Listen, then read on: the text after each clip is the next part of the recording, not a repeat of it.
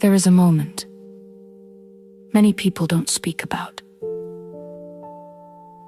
The moment when what you believed about life begins to fall apart. Not loudly, but quietly, through a simple realization. What I saw was not the full truth. There was a time when the outside world looked complete. People looked happy. Images shared every day, perfect life displayed on screen, settled, certain.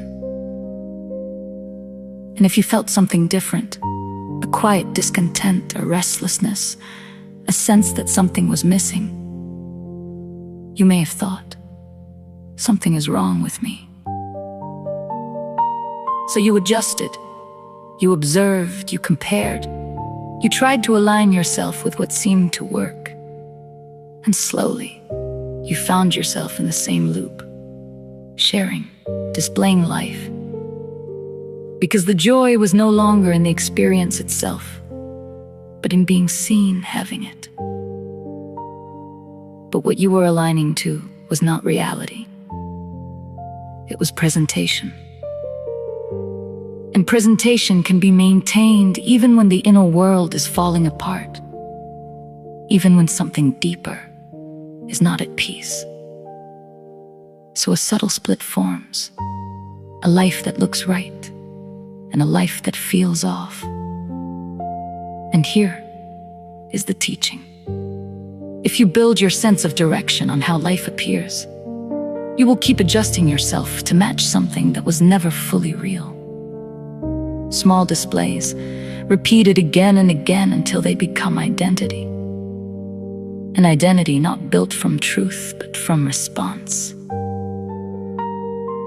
And then comes another moment, a clearer one, when something inside you says, I don't want this anymore. Not because others are wrong, but because you can feel the difference now between what looks right and what feels real. And sometimes this realization comes with resistance, because the mind wants to protect the image. It becomes defensive. It explains, it justifies. I do this for myself, not to be seen. But if that were fully true, it would remain the same in private as it is in public. So the illusion tries to stay intact, but something deeper wants to be free of it.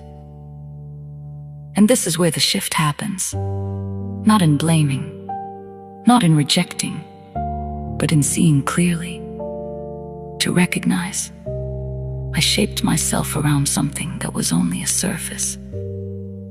And from there, a new choice becomes possible.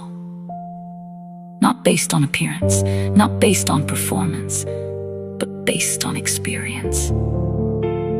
How something feels in your body, how you move when no one is watching, but remains true without needing to be shown. Because real joy does not require display. It does not need constant confirmation. It does not ask to be seen to exist. It is quiet, grounded, felt. This is not to bring shame. Many of us have lived this way at some point. Not because something is wrong with us, but because these patterns are collectively shared. We learn them by watching, by adapting, by doing what seems normal. So we repeat them without always seeing what they are built on. The purpose is not to judge this. It is to allow it to come to rest. If at some point it no longer feels true. Because joy needs a real foundation, not something maintained, not something displayed. When these distortions are seen and gently released, the energy they held does not disappear. It becomes available again.